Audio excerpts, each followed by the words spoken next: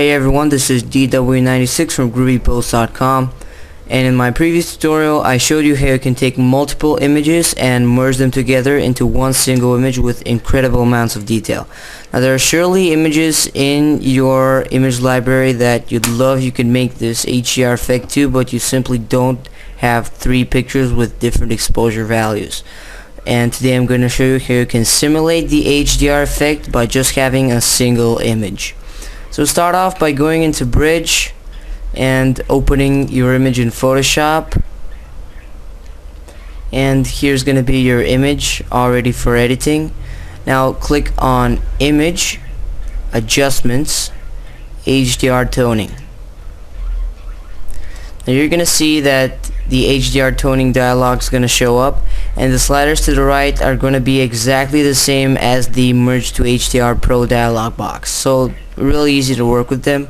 You can choose different presets just as if you are merging to HDR. So for this one I'm going to try monochromatic artistic. I'll increase the radius a little bit, the gamma, mess around with the exposure and the detail, the shadow, and I'll save everything by pressing OK. So here's my image all rendered and ready to go. As last time, you can always replace the original, but I like to keep my originals, so I'll press Ctrl Shift S on my keyboard, and I'm gonna save a new copy of this image.